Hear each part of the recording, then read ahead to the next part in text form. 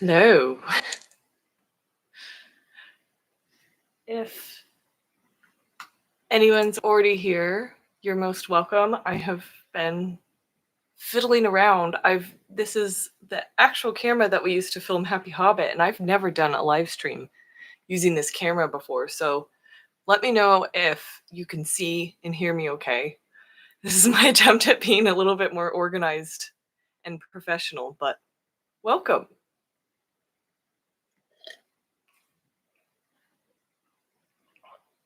Okay, Chris seems to be able to hear me. Hey, Kelly, how's it going? Hi, yes. Hi, Tina.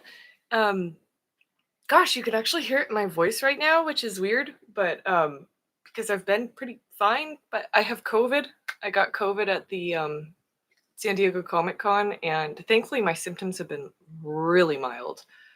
So mild that I didn't even think I was ill at first. I thought it was just fatigue from working and attending the show, coupled with too much AC. And then I visited my friend who lives on a ranch in the desert, so it was very dry. And I just thought my breathing passageways were irritated from all that dryness, but it turned out, unfortunately, it was the plague. So, oh, thank you, Troy. I'm okay. I don't know why I'm sounding funny right now. I think because I haven't used my voice much today, because I'm isolating. So I'm trying to minimize my contact with the rest of my family in the Hobbit hole and wearing my trusty mask every time that I leave my room. It's more of a nuisance. Okay, good. Chris says I sound fine to him. Good. Maybe I normally have a little rasp in my throat. But how are you all doing? I'm excited to share some stories from San Diego Comic Con, and I also have an episode that I just finished editing, and I want to post it right away, but like I set this upload schedule for our channel to be every other Saturday, and I'm like, well, I make the rules. Can I bend my own rules and upload it as like a special instead of a actual episode? I don't know. I'm on the fence about it. So let me know what you guys think, because in theory I could upload it tomorrow. But it was pretty neat. It felt like the old days. It's been a really long time since I've gone to San Diego Comic Con and brought a proper camera and made that little bit of effort to create content. I just fell out of practice for a long time. And as those of you know who are used to having smartphones, when you are taking pictures and videos all the time, it can sometimes remove you from the moment, from your like genuine enjoyment of the moment, because you feel like you have to document it. And so it was nice to have a break for a few years and be able to just exist. But at the same time, I miss it. And I miss being able to vicariously bring those of you who can attend San Diego Comic Con along with us for the ride to see a lot of the Tolkien stuff going on and to meet and hear from a lot of the people in the Tolkien world. And so I am excited for that episode to go out, because I think that a lot of folks will enjoy it. And it just made me nostalgic for the Hobbit days. Oh, Chris says he just found some scans of movie props, so he's doing pretty darn happy. That's good. Yeah, they are more like guidelines anyway, especially if I make them up, right? Though that is something I struggle with. I should take one of those personality tests and see like how type A I am, because if I make up a rule for myself or a plan for myself, and this is, I've realized is part of why I don't like to outline or plot my books before I write them, it gets really hard for me to change it. And I'm like, no, but those are the rules. That's what you decided to do. Those are the rules. And it's like, but I made the rules. And if I made the rules, can I change the rules? And okay, not trying to turn this into a therapy session, but I think some of it comes from self-doubt and worrying that I won't fulfill the obligations I've set for myself. So then I'm like, no, you got to stick to the schedule, because sticking to schedules is something that's always been a bit of a challenge for me. That's actually my morning coffee. Like, it takes me a really long time to drink my morning coffee, and I think some of that's because and I haven't had breakfast yet either, and it's noon. I think some of that's because I put cream and honey in my coffee, so it's kind of like a little meal, and I just sip on it. What is your process for getting your books published? Do you pay for a service, and do they have to get approval? Margaret has asked. No. So I am my own publisher. Thank you, Riley. I am my own publisher, and to be your own publisher doesn't take that much these days. Like, so many of the tools have been made accessible to people like you or I. I write a book, I get it vetted and edited and get feedback from as many people as I can. And then I go through the self-publishing process, and I don't want to give false information because it's been a while since I looked into this, but when I knew I was going to be releasing multiple books, that the Afterworld series was going to be 4 books, I went ahead and purchased an ISBN number bundle. And ISBN numbers are, let me see if I can show you. Of course, the thing I grabbed doesn't have it.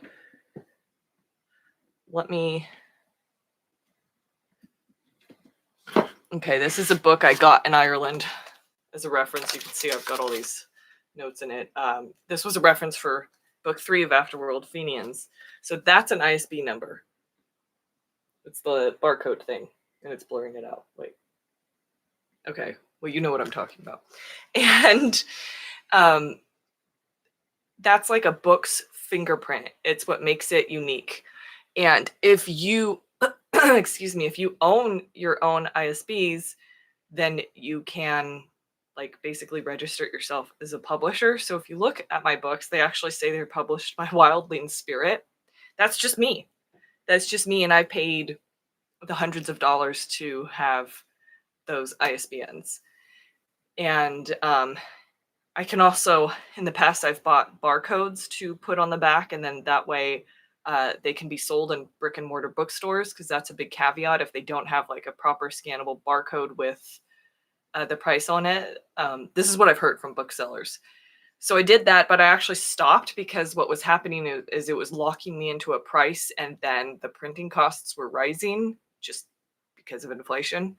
And I was earning less and less on each book, and the ones that I had the barcode printed on them, I was locked in. So anyway, probably way more information than you actually wanted to know, but that's been my process. And maybe that's something I should do, like a podcast episode on, from Forrest's folklore and fantasy. I can appreciate how independent you are doing your own publishing. Thank you. It is literally just me. And there are people and companies, especially small boutique companies, that will do the process for you if it sounds too intimidating. And there are some that even offer marketing packages and marketing advice. But I was approached by one of these. In fact, they wanted to like manage me in my books. And I was interested. I was interested in having help. But then what it was going to entail was they would take over all of my social media, which made me feel weird. I'm like, so you're going to speak for me? And they said, yeah. And then it had been a few weeks that I'd been going back and forth with them, and I was getting close to either launching Ophelia or had just launched Ophelia. And the woman I'd been speaking to at the company, I asked her if she'd had a chance to read it yet, and she laughed and said nobody there's going to ever read it because nobody has time, but that they get the gist of it. And I'm like, fair enough, but why would I give you a percentage of my sales to have you take over my social media and speak for me and represent my work for me when you don't even know the work? That part didn't make sense to me, and so I actually declined that offer. I thought, maybe I'll regret this, but I'm going to see what I can make happen on my own. And what I've been able to make happen on my own, admittedly, has not been much. None of my books really sell that well anymore, I'm sad to say. Darkling used to sell really well on its own because once you reach 70 reviews in the old days, um, the Amazon algorithm would start recommending your book to potential readers. And I'm not sure if they just don't do that anymore or if like the threshold has to be higher, but they're nonstop tinkering with the algorithm and raising their fees. And so it's really difficult to even get noticed. Um, and I'm not a marketing guru. In fact, I feel uncomfortable marketing myself. I do believe in my work and I believe in my stories. And I hope that they will find the audience intended for them. But that's one of the reasons, in a nutshell, that reviews are still so important in the book world. So if you've ever read a book by someone like me, an independent author, or even an established, traditionally published author, it is really vital to leave a review, even if it was like you mediocrely enjoyed it. Like from a grade C and up, it really helps because usually people are compelled to leave reviews when they didn't like it. And that directly impacts creative people's um, incomes. And I'm not saying that like people aren't allowed to not like my books or any books and that they shouldn't be critical. That's fair. But there's a lot of reviews that are just very juvenile, and I didn't think the story was going to go the way it did, so I didn't like it. Or I didn't finish it. I stopped reading. This is one of my favorites for Darkling. I finished I read 1/3 of the way through, skipped to the end, read the quote twist, made no sense to me whatsoever, thumbs down, negative star review. I'm like you admit you didn't even read it, so no wonder didn't make sense. Anyway, there's a lot of reviews like that, and they do impact people's lives, and I don't think that the people writing them understand that, or maybe they just don't care. They see it as like their moment to be like, I have something to say and I'm going to say it, which freedom of speech, fair enough. But I just always encourage people to stop for a minute and think about what they're saying and the impact that it may have.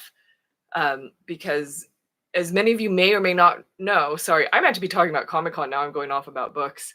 I'm actually banned from Goodreads as an author. And if you don't know what Goodreads is, it's social media for bookworms.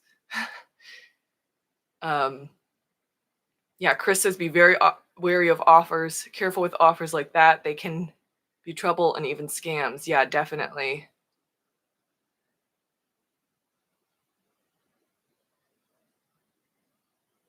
I hope there's a turnaround too, last one.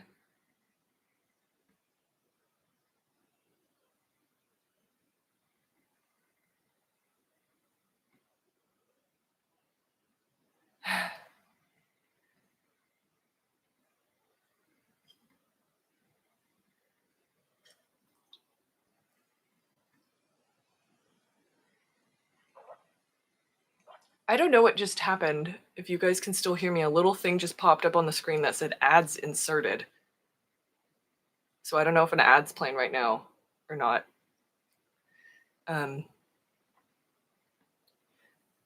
Yeah, so I'm banned from Goodreads. They will not tell me why. Okay. Thank you guys. They will not tell me why I was banned from Goodreads, but I was. And that was a big blow because Darkling in particular was getting a lot of recommendations from other readers and put into a lot of collections, especially around Halloween time. People are like, oh my gosh, this book is like short and intense and like a perfect, thrilling Halloween read. And that was really helpful, and it had a snowball effect. And then someone at Goodreads, I know their name now, by the way, someone at Goodreads didn't like that, thought that I had broken the rules somehow. Again, wouldn't tell me how. They were very much taking a we don't negotiate with terrorists stance toward me, and I was like, but what rule did I violate? Like, can I at least know what rule I violated? And they banned my IP address, so no one in our household could even go online. And at first we naively thought that that was the problem, that I think one of my parents or my sister had reviewed Darkling on Goodreads as one of the first reviews. And we're like, well, maybe they think I'm making fake reviews because they're coming from the same IP address. So I still don't know what pissed them off. I know that they've got some incredibly, I'm just gonna say it, okay?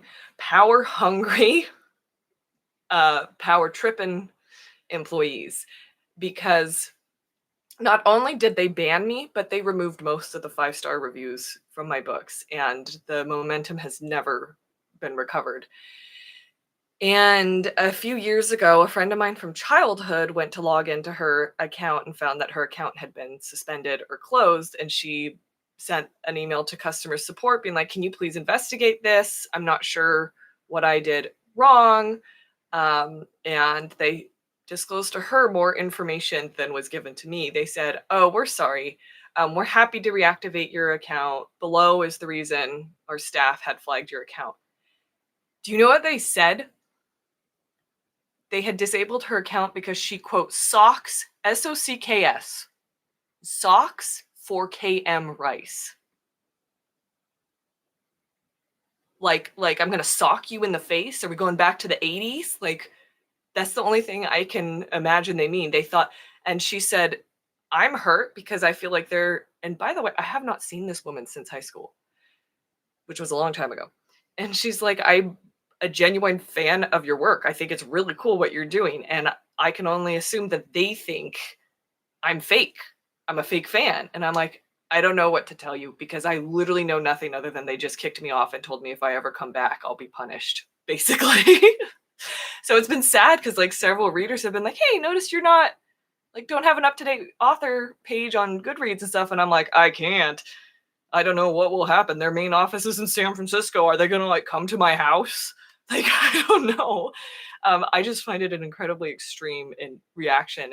And after I like shared a little bit about it, which I've always been hesitant to share much about it because they got bought by Amazon and Amazon's my main publisher. Like so I don't want to piss them off, but after I've said a little bit about it, I heard from a bunch of other authors, largely independent authors, who were similarly screwed over and situations way worse than mine. Some of them knew. One guy said that he'd broken up with his partner and that she started writing reviews to trash all of his books to like get revenge. So he wrote to customer service, said, hey, this is embarrassing. This is my ex. Is there any way you can remove these? They're false. She's just trying to like, destroy my life. And instead they left up her reviews and took down all of his 5-star reviews, then banned him. So this is what I mean by there's some power tripping, power hungry, vindictive people behind the scenes on that site. And the only thing I can say is that, like, I'm technically a banned author. And I've never really leaned into that because I don't feel like it's true. And I suppose these days in certain states, there's a lot of banned authors and banned books. But it seems like some little ounce of currency I could have with a certain crowd. Their life sucks, so they get off on making others miserable. Yeah, probably. You've made someone really scared. It is screwed up, I know. Good boycott Goodreads, yeah. I know. I don't know what to do. I did have a journalist contact me, but she was more interested in the tech side of things, like if they could have been using tech to like discriminate. And I'm like, I have no idea. All I know is they blocked my IP address for a while, and I don't know if that. And she's like, did you use a VPN, this, that, and the other? And I'm like, no, because I was in so much shock and embarrassed, being like, what did I do wrong? But it was a long time ago now, and I've had to just find a way to make peace with it, but I'm still not okay with it. It's just, I think it's just silly. Like, I don't understand it.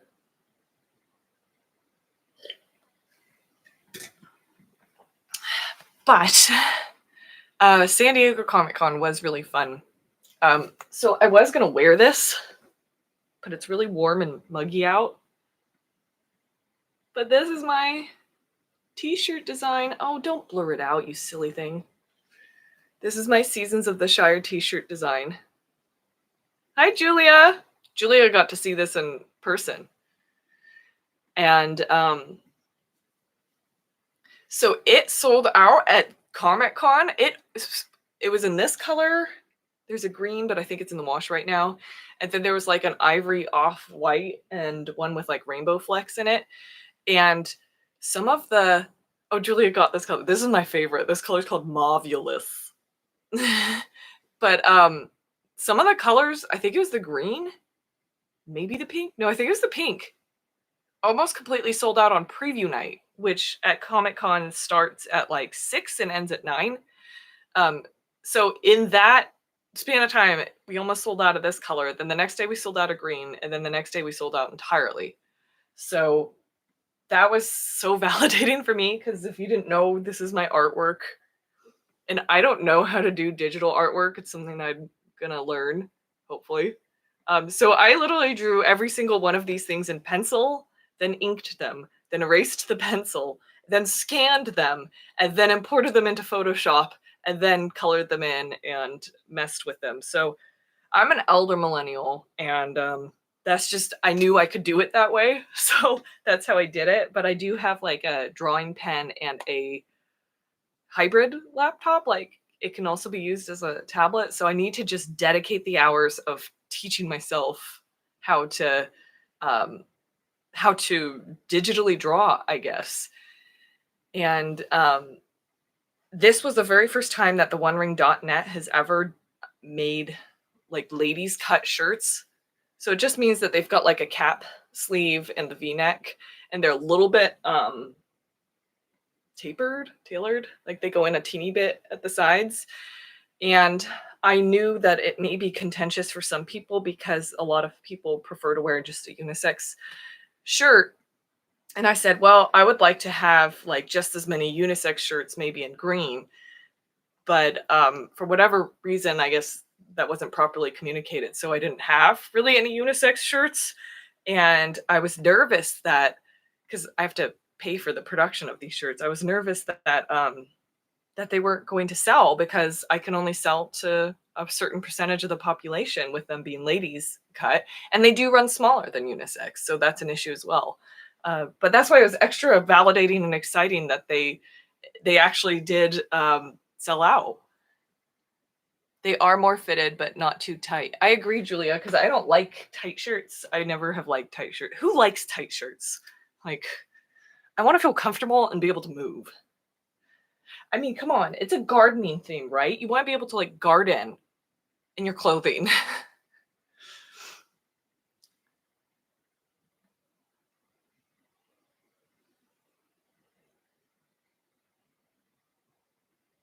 Oh wow, that's really cool, last one. Yeah, now that the One Ring saw that like these designs and this type of shirt can sell, I think that they'll order more. But the problem is that like, and I was worried about this for this show, but it didn't turn out to be the case. Sometimes there's like analysis paralysis. Like, if you have too many options, it can get overwhelming. And so it'd be like, no, we don't have the green in the V-neck, but we have it in the unisex, but that one's not sustainable cotton, and this one is, because the green one we had was sustainable cotton. I hope it's the start of more options available. And a lot of people have been asking me, and I just, since I've been sick and everything, I just haven't had a chance to get in touch with Middle Earth Enterprises again. But hopefully there will be, hopefully I will be granted permission through my license with Middle Earth Enterprises to sell these online at some point in the future, because that would be great. Right now, I'm only allowed to sell at conventions, and I believe just at that convention. It was like a one-time thing.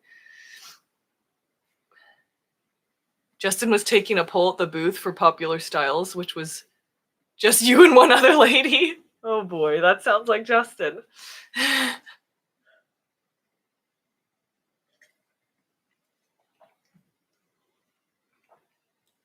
So if you guys weren't watching like Happy Hobbit social media, which granted I don't post that much, but also the One Rings, we had Jed Brophy at our booth doing photos and signings. He's super sweet, very down to earth, very approachable. If you ever get a chance to meet him, I do strongly encourage you to. He played Nori the dwarf in The Hobbit, and he played a multitude of characters in the original Lord of the Rings films, from elves to humans to orcs, and he also played uh, an orc, or maybe more than one orc, I'm not sure, in the first season of The Rings of Power.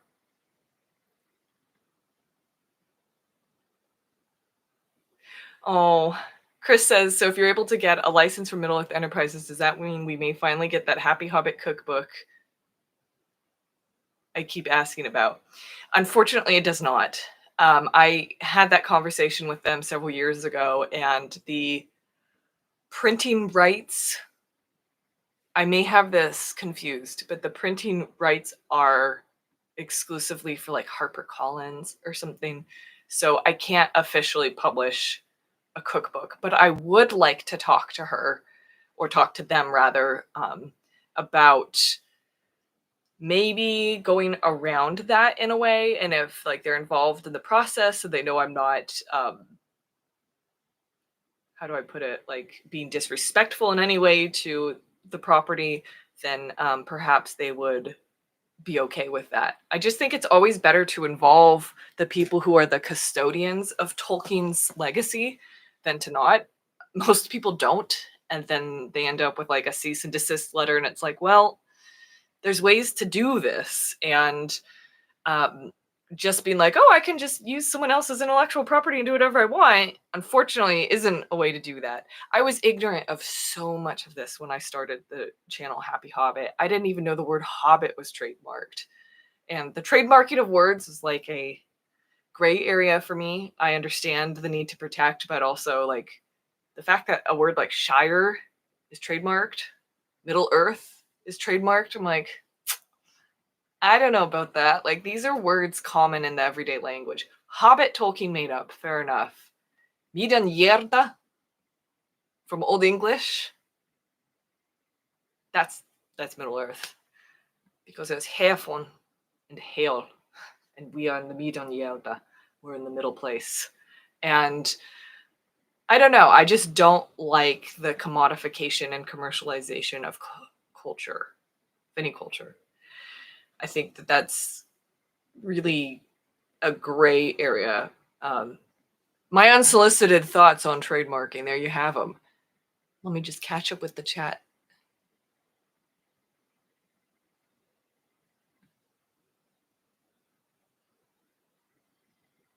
Yeah, an official Happy Hobbit, unofficial Middle Earth cookbook. I like that. We could do like, maybe we could do like recipes from, I don't know. I haven't finished my cup of coffee yet. But you know what I mean? Like, there's ways that you can circumvent it. Okay, someone asked what was the best costume you saw at Comic-Con. There were a lot of incredible ones. Some of them I was able to interview the cosplayers for the upcoming episode, and you'll get to see those. One that really made me laugh was probably Matt Graff's costume. He runs the YouTube channel that I highly recommend called Nerd of the Rings. He and his son were both Lego Riders of the Rohirrim. I think Matt was either Matt. One of them I think was supposed to be Theoden, but they looked like giant Lego characters, complete with like the Lego hands, and I thought that was just really funny. Oh, thank you, Julia. She says you did a great job moderating the Women in Middle Earth panel. Thank you. Oh, green door recipes. Someone suggested that back in September. Oh, I like that. I like that a lot. Have to consider that.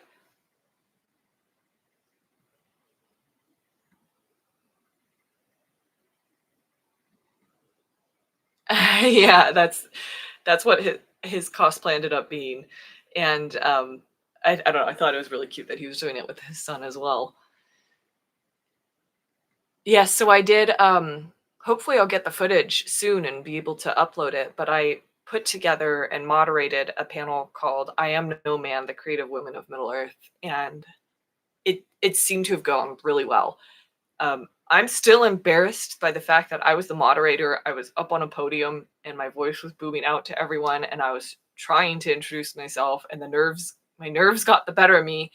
And I was like, I also wrote Middle Earth, Middle, and everyone's whispering, it's on the screen, it's on the screen. And I had to turn and look at the screen to see the title of the book that I'd helped write for Weta Workshop and be like, Middle Earth from script to screen. And thankfully people laughed. So maybe it wasn't as cringe as I thought it was. And maybe when I see the footage, I'll be like, oh, it was just like literally a little blip. But in my mind, I was like, I totally messed that up, but at least I didn't mess up anyone else's introductions. But yeah, it was a great conversation. One of my friends at Weta who was in the audience was like, I loved it, but I kind of felt like you just gotten started and we're just going to start getting into the meat of it. And I'm like, yeah, I know, that's what's so hard about it being only 50 minutes really that you can talk.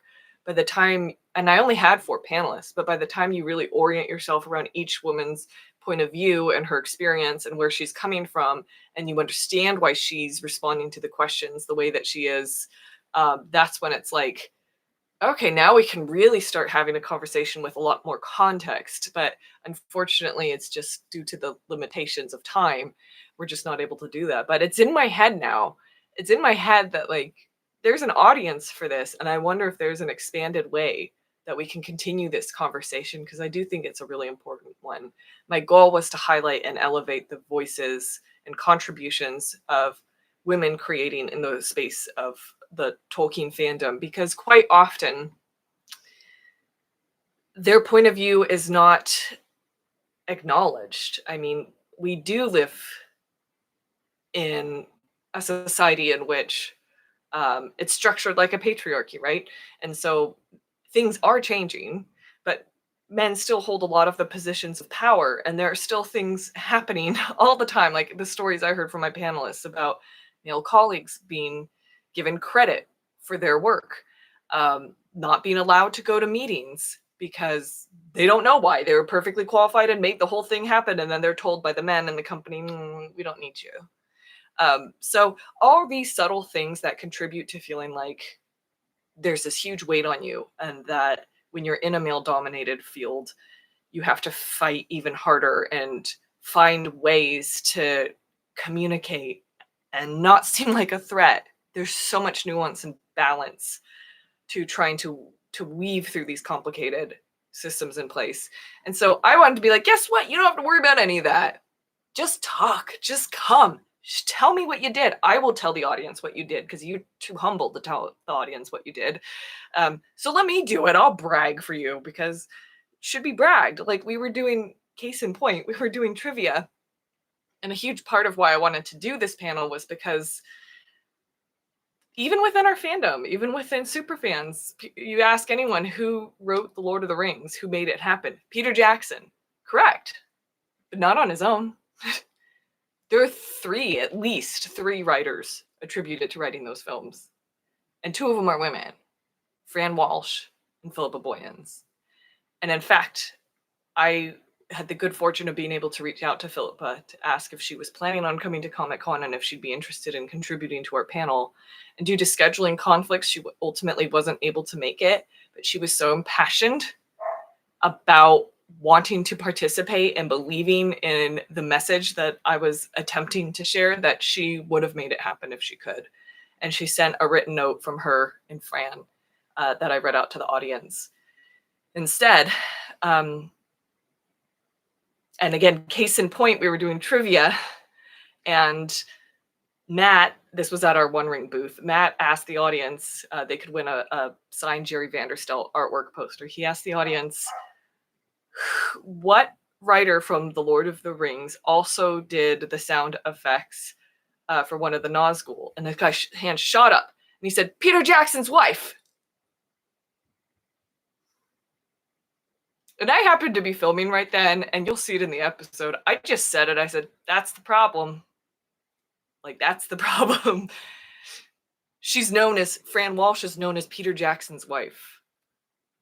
Not a writer and probably a producer in her own right.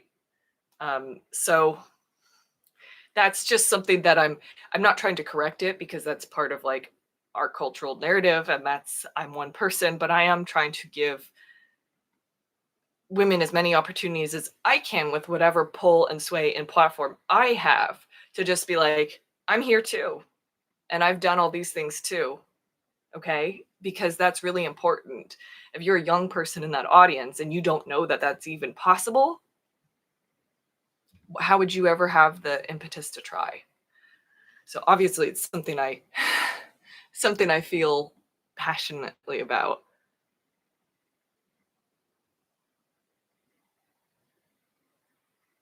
Is there a Tolkien character you'd really like to cosplay? Oh, good, Leswin. Yeah, I didn't catch that Torn Tuesday doing the Comic Con wrap up. I was actually finally flying home because I went to go visit a friend after the show. It is an honor to help write a book for Weta.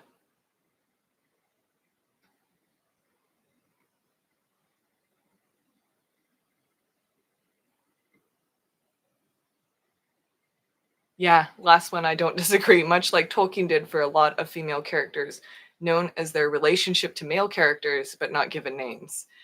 Yeah, I mean, like, we opened the panel with the statistic of, like, here's the stats that I could draw from the One Rings Facebook page, which I know aren't completely representative of the fandom, but that's as close as I could get. And it's like 40% women, 60% men. So it is male dominated, but that's like almost balanced. When you look at Tolkien's Legendarium, he only wrote, according to him, his words, only 18% of the population of his world. I don't want to just say Middle Earth because I believe it's like all of Arda. Only 18% is female. Where do the babies come from? Who's running the civilization? Like, it's just the typical, the women are there, but you don't see them. And they're not significant enough to be written about. And when they are significant enough to be written about, often they don't even get named. But if they do get named, as last one said, it's usually in the context of, well, this is how they like influence this male character's life. And I think that, and this was something I didn't really touch on in the panel because it's something that I've struggled with on my own of like, okay, so he writes some really incredible female characters, but overall, I do see the dearth of women as confusing, and I don't necessarily want to say troubling, but I'm just like, I'm wondering why. Why did he make that choice? And I think it wasn't so much of a conscious decision. I think he was just mimicking literature from the Middle Ages, literature of his era, a lot of literature from the modern era too, and like contemporary works of fiction. And also history. You don't really read about women in history unless they've done some triumphant feat.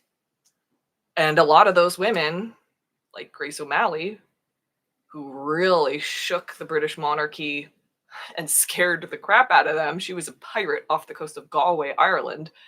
There was a concerted effort to erase her from history because they didn't want other women to know that you could defy gender norms and that you could break out of the shell that you were told you had to stay in by the overculture, by the religion, by the men in her realm and her like close-knit family. And so we're up against a lot. How about the warrior women that were in the oh my god, I'm gonna forget the name. The film that came out, The Woman King. The Woman King, and that group of women, warriors, were well known and well documented, and there were photos of them. And the French, when they took over that region of Africa, were like, we don't want any of our ladies back home to know that this exists. Let's not tell them. And would sometimes parade these women around as, look at this beast. Look at this disgusting beast. She's got muscles. She can handle herself. She has confidence. She's, ugh. Oh yeah, and of course, she's of another race. So there's been like it's not a conspiracy. There's been concerted efforts a lot of the time to like hide these truths from, or even just the existence of these people who are define whatever the cultural norm is from the popular culture. And I think that Tolkien was just writing in the same way, and he was just saying what he saw, and telling a story from the point of view of his understanding. And I also have to think that some of it was to keep the text sanitary and to avoid the messy business of sexuality, because there's a lot of romantic love and courtly love going on, and yes, babies are being born and the population is continuing, but he very much has a sensibility of not wanting to delve into those complexities for whatever reason. I'm not going to speculate on why. I think in a lot of ways it just didn't have any bearing on the story he wanted to tell. But that part of his attempt to completely avoid that part of life and storytelling meant that it was easier for him to achieve that if there were no women, or fewer women, for his presumably heterosexual male characters to interact with. So I think I do kind of want to say it's a little bit of a shortcut, but at the same time, like I just admitted, like I also don't think it's needed in his style of storytelling or for the story he wanted to tell and was telling.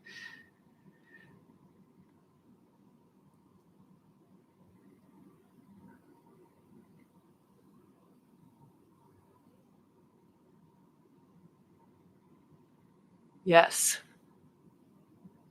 Yeah, it's fascinating. Last one's bringing up like I believe was an Anglo-Saxon ruler. There, when you looked into early Christian history, or like the period of time, early medieval history, where the Christian church was quite young in the scheme of things, there was a lot more leeway for there to be women in power. It keeps telling me ads will run shortly for some viewers. Sorry, guys.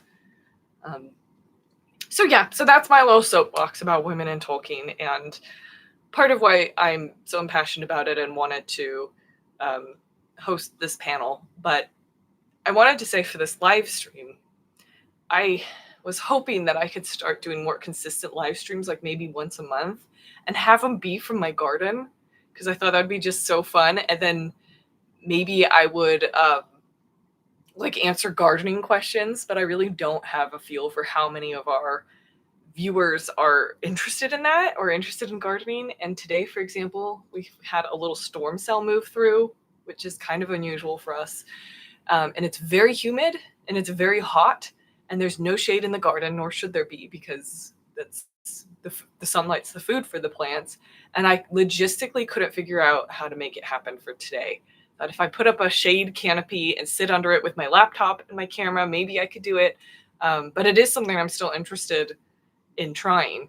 And so let me know, yeah, if you guys would also like more regular live streams from the garden. Because if it hasn't been clear by the multitude of videos I've been uploading, I am trying to, I want to say, bring Happy Hobbit back, which isn't very truthful, because Happy Hobbit actually never went anywhere. But with my sister's health taking the turn that it did, and her not being able to consistently contribute, it's just been very difficult for me. Not only having to just do everything on my own, but also it's been tough, because it's like this was a thing we always did together, and it just feels off doing it just by myself. And then when I see, like, comments about, oh, where's Feely? We miss Feely. Nobody's saying we don't like you, Kili, go away. But sometimes I internalize that, and I'm like, nobody wants to see me. Like, I'm just boring. Like, the fun was the two of us having our goofiness together.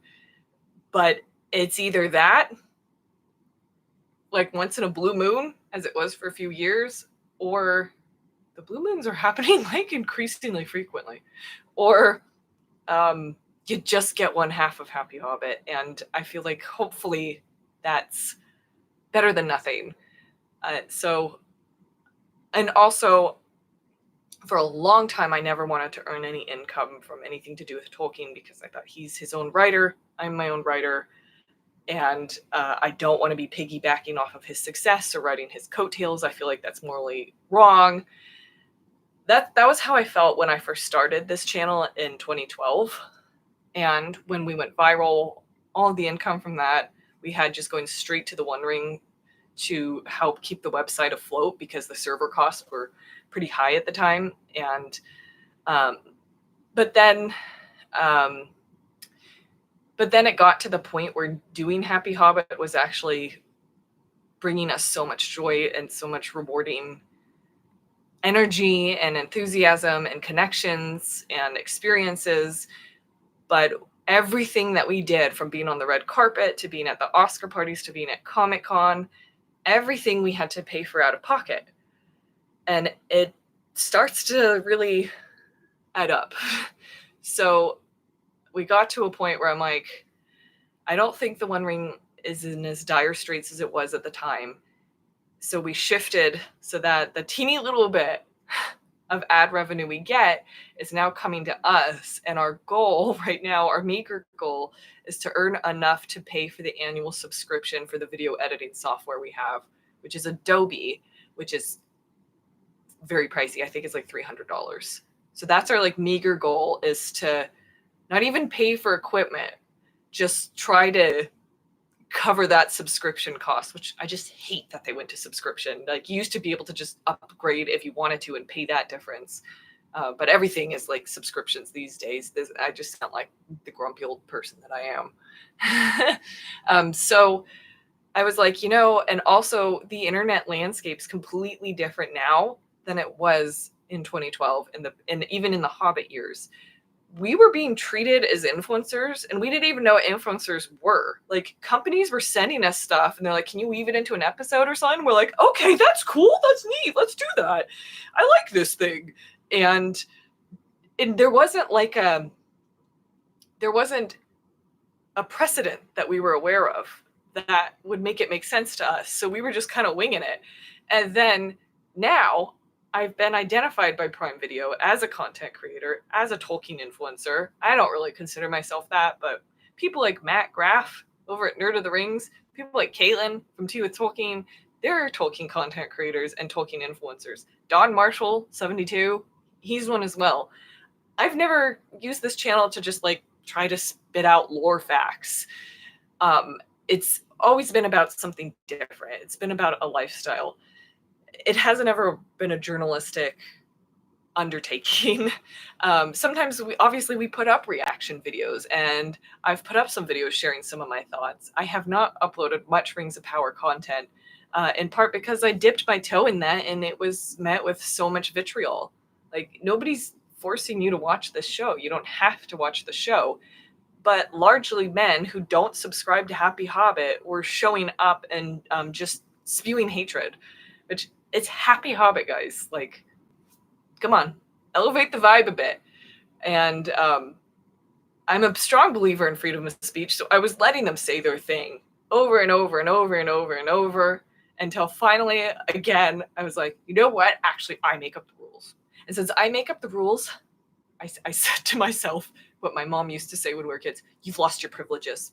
You all have lost your privileges. Delete, ban, delete, ban, delete, ban.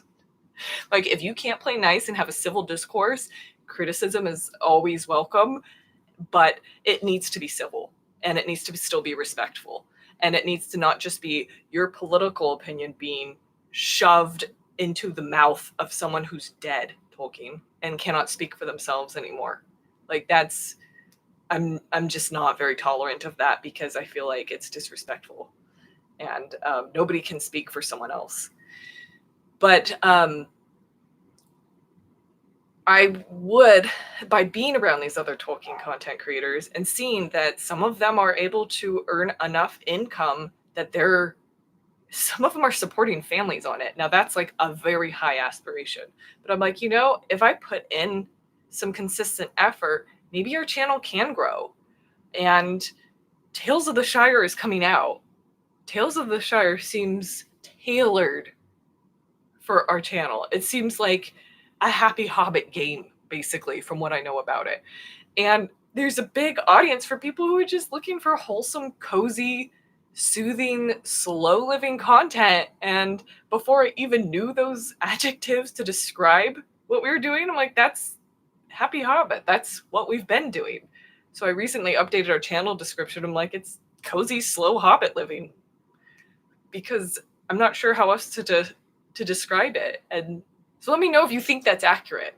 Let me know any descriptors. In fact, like, give me everything. Like, if you guys are the real deal, you're looking at Happy Hobbit from the outside, it's very difficult for me to step outside of it and truly see it. So give me all the feedback, all the advice, all the recommendations of content you would like to see more of, because I'm very open. I'm very open to listening and to learning and to seeing how, I know it is just me, but seeing how I can continue it. Because if we do start, and by the way, I'm sorry, but that's why there are ads, is that's where our little tiny bit of revenue comes from. But if I can build it to a place that it becomes somewhat financially sustainable, it's just like Patreon. Like, thank you so much to those of you who are supporting me as an author on Patreon. With just that little bit of upcurrent of the financial support, it frees up my time to create more. And that's like the greatest gift in the world. And creating more means more episodes. Creating more means more content. Creating more means more things like this. Because I'm not working.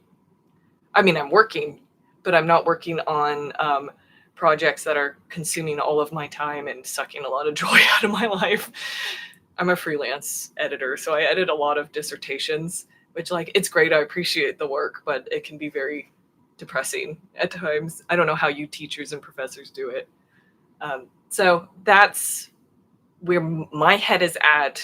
I will always welcome my sister's participation, but Happy Hobbit has always been like my thing. I'm not trying to be territorial. It was my idea, my pitch. I was always doing like all the editing and the bulk of the work and the social media content. Most of it was all falling on my shoulders anyway. So then when her health took a dive and she couldn't even be on camera some of the time, it wasn't a change behind the scenes. Like, it wasn't like a shift in that type of work, just a shift in like the level of joy and fun in creating it. And we're trying to find that again. We're trying to find ways to do that. And I think one of them is by I'm filming like a month in advance. That's why I have episodes uploading every other weekend, because it gives us that buffer time of like, hey, if at any point in these 2 weeks we can get together and film XYZ, let's do it. And then, and if she doesn't, I always have to have a plan A and B for the episode of like, how can I edit it so that it makes sense when it's just me? How can I edit it to make sense with the two of us? There's probably more details than you need.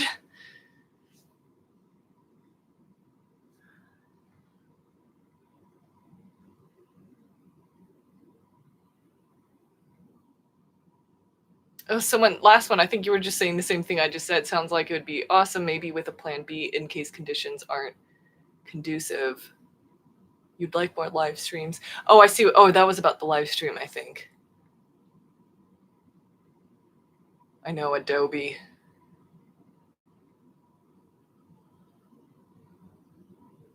I don't blame you for sticking with your version of Photoshop from 20 plus years ago.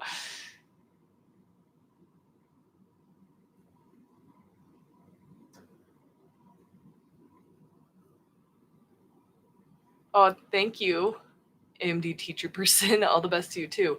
I agree, last one. Like, the little bit that I've seen from online chatter and reactions to season 2 of Rings of Power it seems to have gotten more civil. My friend Matt from Nerd of the Rings, we were talking about it while we were at Comic-Con, and he had a really good point. He says, I think a lot of the haters and the trolls are really busy right now because it's election season here in the US. He's like, I think they've turned their attention right now to trashing whoever their political opponents are. And maybe we're going to get by by just being able to be fans and not be so harassed. But I don't think that we'll not like totally not be harassed. And again, the show invites some very valid criticism, but as do all adaptations of Tolkien. But I'm really curious to see what season 2 brings, because I enjoyed season 1. I looked at it, I do not mean this in a derogatory way, but I looked at it as like more of a fan fiction, because that's basically what it is. And a lot of that is intentional, because from my understanding, the Tolkien estate came to multiple streaming services, so Netflix was in the mix as well, said, we would like someone to take some of this material and make a show. Prime Video had more money and resources, and they won and started constructing a show set in the Second Age to be so different, and unfortunately have one hand tied behind their back the whole time, because yes, they can use anything that's in the appendices of The Lord of the Rings, but if it gets too close to, see, originally our interpretation as like speculative fans was, if it's mentioned in the appendices, you can go for it. Turns out that's not the case. If it's mentioned in the appendices and they start telling a story that's too similar to anything in the Silmarillion or any of Tolkien's other writing that is not licensed to them, they can't do it. So they've been put in a position where they basically have to tell a fan fiction. They have to be like, well, if we can't tell it the way you did it, we're just going to have to make up how we get from A to B. And some of those choices have been great. Some of them I personally as a writer would have done differently. But they're also trying to write for, or trying to entertain an incredibly broad audience. I had a lot of FaceTime with one of the showrunners this past Comic-Con, Patrick McKay. And one of the things, he was spilling all the secrets. I almost walked away from the conversation because I don't like spoilers, but I realized it would be incredibly rude if I just walked away from him. So I just sat there and listened, but stood, but and tried not to like pay too much attention, because I'm like, I don't want to know most of this. I just want to see it. But one of the things he said was that, like, yeah, he goes, like, we've been critiqued for things being literal. Like, the tree is literally sick because the elves are fading.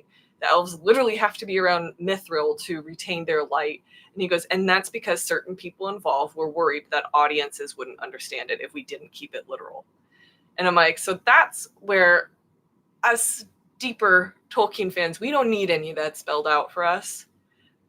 But the average person off the street who's seen the movies a few times over the last 20 years and tunes in for the show, they might. So that's where it's hard. It's really hard to find that balance.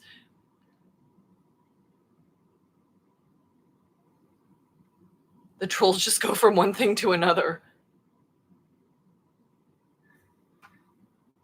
People need to S-talk just to ensure they exist. Yeah, I know. And that's like, hi, Jeffrey. Hi, Steven. Yeah, I mean, and there's the other factor too, that how many of these accounts are actually run by someone who truly believes in what they're saying.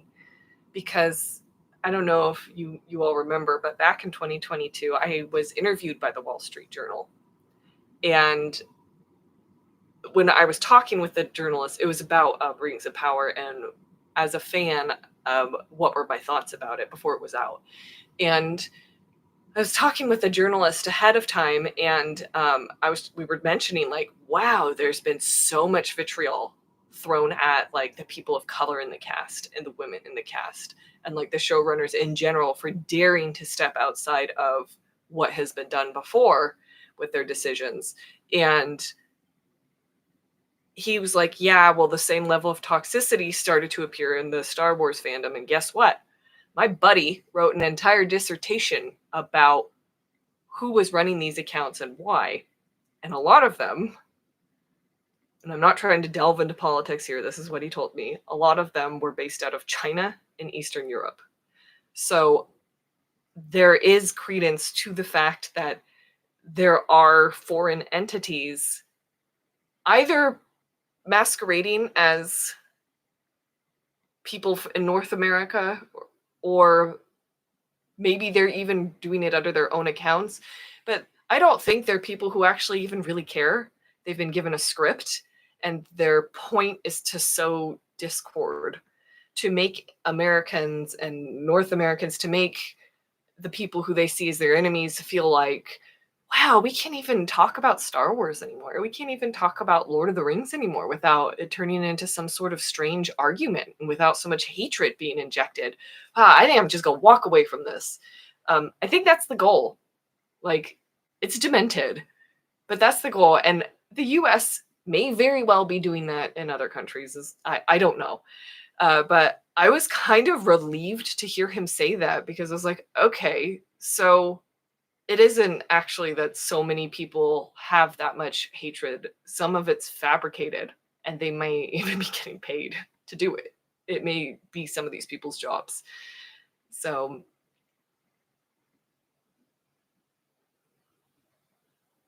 I know it is odd that it's not surprising, but it's also odd that social media consumption is so tied to our political discourse. Yeah. I sat through a panel, the end of a panel. I kind of wish I saw the whole thing before the One Ring's first panel, which was about like everything going on in the Tolkien world, and it was really cool. It included a clip from the upcoming anime War of the Rohirrim. And the panel before it, though, was about misinformation. And one of the statistics, they usually give this presentation at libraries, but they pitched for Comic-Con because it was hopefully a bigger audience. They were trying to encourage media literacy and critical thinking. And one statistic that blew my mind, I wish I took a picture of the slide, was that in a survey, 40% of Americans said that they only have online friends. 40% don't feel like there's a person that they can call or go visit, or have come visit them, or go for a walk with, or go for a hike with, or go meet up for coffee with, that they can count on as a friend. And that just made me feel so sad, and made me also understand, I mean, people get isolated in various ways, and I think a lot of us are still isolated after lockdown, but it helps you understand how heated some of the conversations can get online and on social media. Oh, have fun, last one. Oh, thank you. I guess there's a Rings of Power Season 1 watch party on the Torn Discord right now. Have fun, guys. I know, 40%. Doesn't that feel horrid? Like, I was shocked. I knew like 20%, I would have been like, that's sad still, but it kind of tracks. And one thing they didn't disclose is age groups. I'd be really fascinated to hear age groups, because I was having this conversation with one of my best friends who's a teacher, and I was like, one of the conversations that I'd had before Rings of Power came out with some of my fellow content creators, and with a significantly younger person, was we were talking about racism and sexism online, and what can we do to try to help combat that and protect our more vulnerable content creators, specifically people of color. And my friend who I was talking to is Knew Better Do Better, and he was like, look, I try not to take it to heart too much, because to me it's just something said online. It's not necessarily the same as something said to my face. But yeah, I do have to deal with racism right to my face. And it does suck that I don't get to have a break. I don't get to escape from it. But at the end of the day, as an older person, I also feel like things should be talked about in real life. And I was like, yeah, same. And he and I are around the same age. So we had a significant portion of our childhood free from the internet. And then someone she was either a young millennial or elder, maybe she was a zillennial. And she said, well, that's the difference between your generation and my generation. For my generation, online experiences were our formative experiences. Online experiences were real life. Cyberbullying, all of that was our version of being bullied physically in school. And I can't help but wonder, and I don't want to be like kids these days, but I can't help but wonder how that's going to fundamentally alter the fabric of our society. So this is getting so deep, sorry. But and when I was talking to one of my besties who's a teacher, was like, as millennials, we're the last vanguard of people who lived before the internet. And if the generation coming up after us has had their formative experiences online, they're actually not going to be able to understand what we've gone through. Gen X can't really either because they lived more of their lives before the internet was so prevalent. And like, are millennials just going to be this generational island? Like, we straddled two worlds and now we're kind of just like on our own. I mean, Gen Alpha is very much online. So anyway, that's a long-winded way to say that I'm curious about the statistics of the people surveyed and what generation they fall in, because my thought is that it may largely be younger people, but at the same time, I also see older people, my parents' generation, who've become isolated for various reasons and also forming a lot of connections online. It's a great alternative if you, for whatever reason, can't go out and socialize and make those connections in person.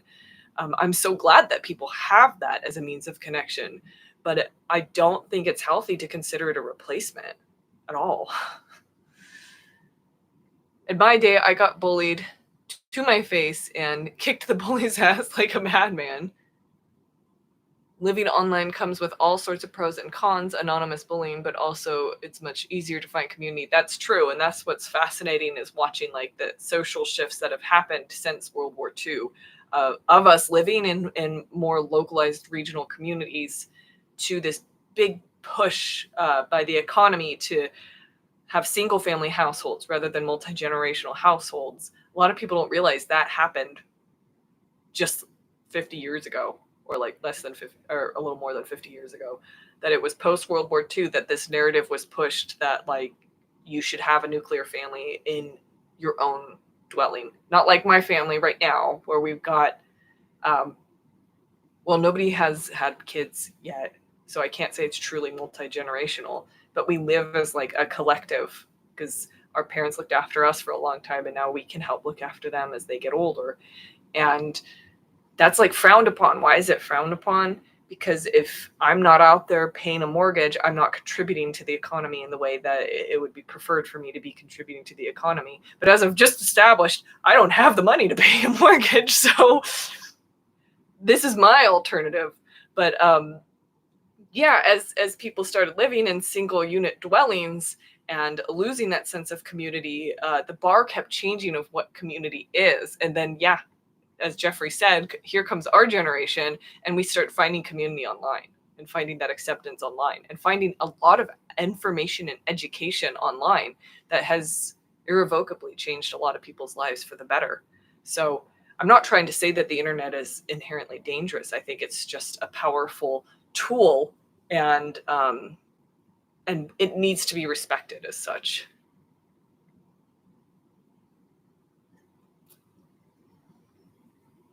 Well, this really turned into something different. I thought I would just be telling stories from Comic-Con and fielding some like questions about pumpkins.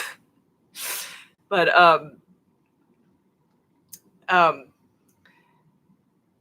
feel free to ask any more questions if you have them. Very pro multi-generational dwelling. Yeah. There's so many more benefits, especially when you if you are raising a child. Like, that's what's sad for me as an older person. I'm like, well, my window of having kids is probably pretty much gone, if not like non-existent. But I finally get it. I'm like, when I was younger, I felt like, well, I'm not financially independent.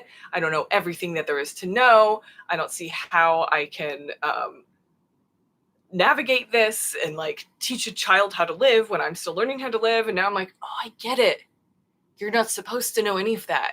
You're just supposed to be young and healthy and energetic enough to keep up with the child and look after them. That's what your mother's for and your grandmother's for, and the aunties and the siblings and the friends. Like, we were meant to live as a collective and as a village and have that wisdom trickle down so that you were getting that wisdom and being supported too as you were looking after this child. And it was much more a communal thing than now.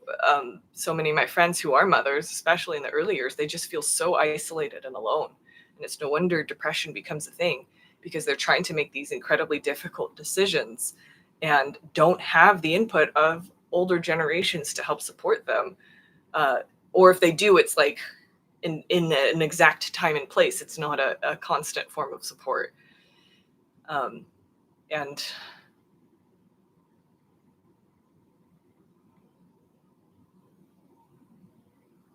how are the pumpkins? Yeah, I know I could go on a whole rant, but like, I don't think the One Ring would appreciate it. Even though Happy Hobbit's its own entity, we still kind of fall under the One Ring's umbrella, because the One Ring tries to stay very apolitical, and for good reason. So I'll keep those rants for my author channel. So if you didn't know, I also have a channel called KM Rice, or Wild Authoress now, I think. And that's where I've been uploading my podcast and things of that nature. But the pumpkins, I'm excited to say the pumpkins are growing.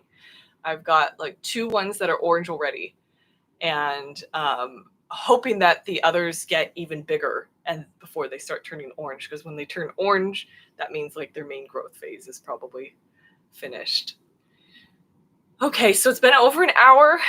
There aren't too many of you online at the moment, but if you have any questions before I sign off, please send them in. And yeah, hopefully this will be a more regular thing, especially now that I know how to do it with my proper camera. It looks better. It looks a lot better than with my webcam on my laptop. It would be really cool if I could do it from the garden one day.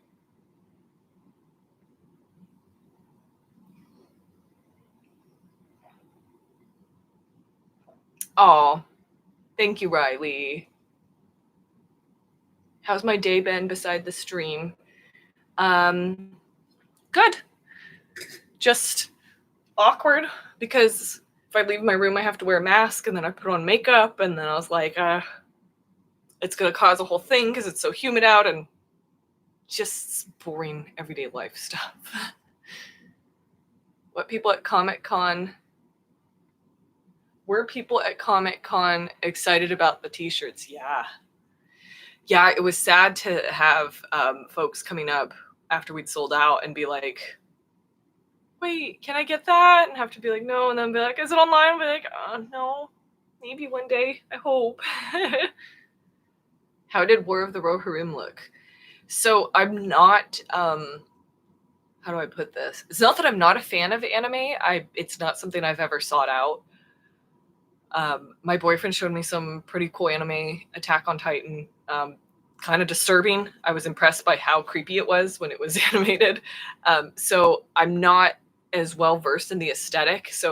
But I felt like as soon as I got used to the aesthetic, I was enjoying it. And what we didn't see a trailer, what we saw was like a clip. In fact, I wish there were some folks from Warner Brothers there, and I wish they'd set it up a little, because it was missing context. It was like an action sequence, and it would have been cool to just be like, no, a little bit of what had just come before to lead up to this scenario. But what I saw looked good. And I'm excited to see something fresh and original and a different take on something set in Middle Earth and a story that we haven't heard before. And of course, it's being told by, or at least it's following, a protagonist who's female. And they gave a great explanation for that. It wasn't like, we just wanted to have a woman. It was, we wanted to tell this story, and one of the kings dies, and there's a gap before the other king rises, and who's the thread that goes through all this transition with them? It's this unnamed daughter. And so they named her, obviously she had to have a name for the movie, Hera. And so since she would have been the witness of all of these different events that were happening, they realized she was the best vehicle to use to tell the story. And I love that approach. I love approaching a story organically. I think that if you ever approach a story from a theme or from a message, it becomes didactic very quickly and people lose interest because nobody wants to feel preached to. But if you allow it to organically evolve, then it's much more powerful. So I thought it looked good. I'm not like in love with the color palettes that I've seen so far. They're kind of muted, and I'm curious about that, but I also have not seen much of it at all. So it'll be interesting to see what other aspects of the film involve. Well, if that's all your questions for the moment, I will sign off and hopefully do one of these again very soon. I'm curious, how's your Etsy shop going / doing? I want to say it's fine. I have had a big slump in sales the last like 2 years. I'm not sure why. See, Etsy also tinkers with their logarithm all the time, and they want you to pay to have your stuff highlighted, which I don't have the means to do right now. But I had some great years, 2020 and 2021, largely because people were very much wanting to support individuals. That was great.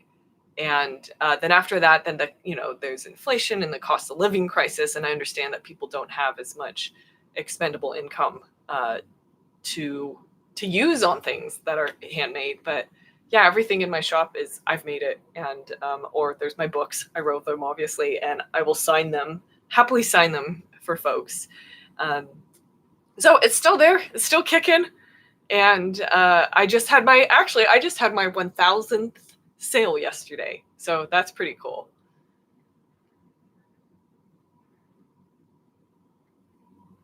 I enjoyed the times when you did a video showing off. I know, yeah, we used to do live virtual craft fairs. That's something we could do again, especially as we approach the holiday season.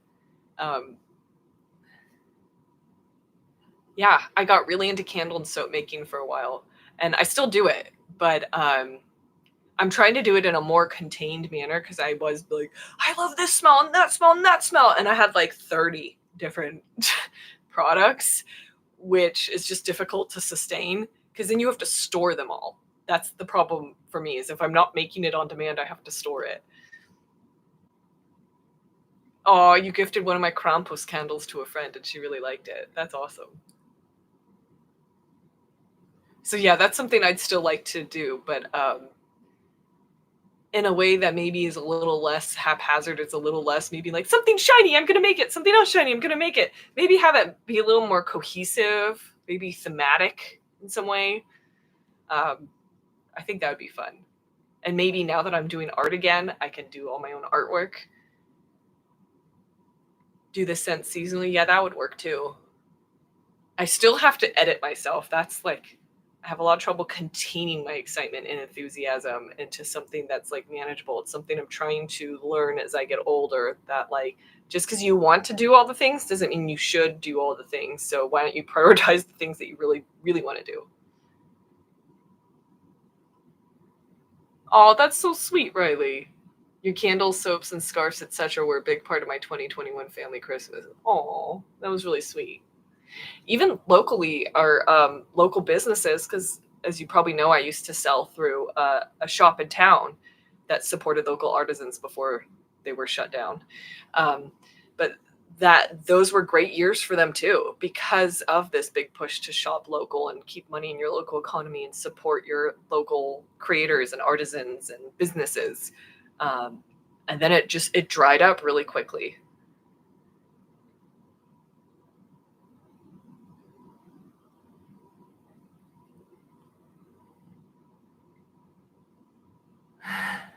Did you happen to see any inspiring crafts from other individuals at Comic-Con? I never really left the booth at Comic-Con. Comic-Con is huge and somewhat overwhelming, and I actually spent most of my time in that little quadrant. So I never actually walked the full showroom floor. What I did see were some amazing talents behind the cosplays and the costumes and things that people had made on their own. That was really cool. I'm looking at Draven's hunter scarf I bought from you right now. Oh, I love that, Chris. Well, I have more yarn. I'm planning on doing more knitting, especially as the weather cools, if that ever happens. And knitting something that keeps me sane because it gives my hands something to do. And I would love an excuse to keep knitting. And that's part of why I started selling stuff. Even before I had an Etsy shop, I would bring a bag of scarves to my university with me and just sit on a bench and be like, need a Christmas present for your mom? And inevitably all the other college students were like, you're right, I do. Because I have to get rid of them. I had already gifted them to everyone that I knew. Do I have a favorite cosplay that I saw? Other than Matt's one, that was the Lego one that I thought was just really funny. I really loved my friend Kathy. She's on the One Ring as Garfimau. She did a dwarf woman or a dwarf princess, and she had this beautiful like red hair and gold dust, and her whole outfit was like had a shimmering gold theme, and it just came out so stunning and beautiful. And she told me ahead of time that she was going to be cosplaying as a female dwarf, but I didn't imagine the spectacle that she did. And I just thought it was so creative and original and adorable. And when an orc came into our party, we hosted a party/moot with Rings of Power, the One Ring and Prime Video were hosting it together. And an actor named Robert Strange, who was in full orc prosthetic, came in with his spear and was like shouting black speech at us and shaking his spear and just slowly doing that to different people. And at one point he did it, my friend Kathy pulls out her, fake axes and stuff in her dwarf outfit and goes, "Not on my watch." And it was just like such a great moment. And you could see the orc performer hesitating for a moment, being like, wait, do I acknowledge this? Like, wait, what am I supposed to do? Do I play into this or not? And then he's like, I think I'm just going to keep orking on. And then like kind of pivots and it's like, oh, to the other part of the audience. But I happened to capture that, like a little bit of that on film. So if you don't follow Kathy, you should follow her so that you could see just the pictures of her cosplay. It was great. Well, thank you all so very much for joining me. It's been a cozy little group, and I am excited to do more of these, and I'm excited to hear your input on how you felt like this went, or again, any input on Happy Hobbit in general. I'm pretty easy to find online to give me any of your input or feedback on Instagram, on TikTok, on X, on Facebook. We're kind of all over the place. So please share your thoughts with me, and I thank you so much for tuning in. Good luck on the path. Thank you.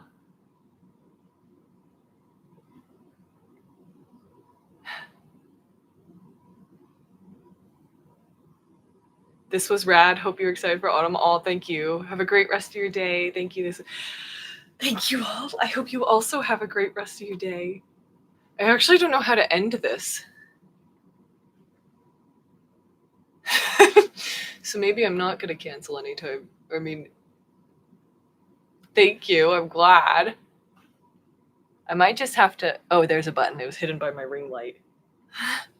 Okay. Thank you so much, everyone.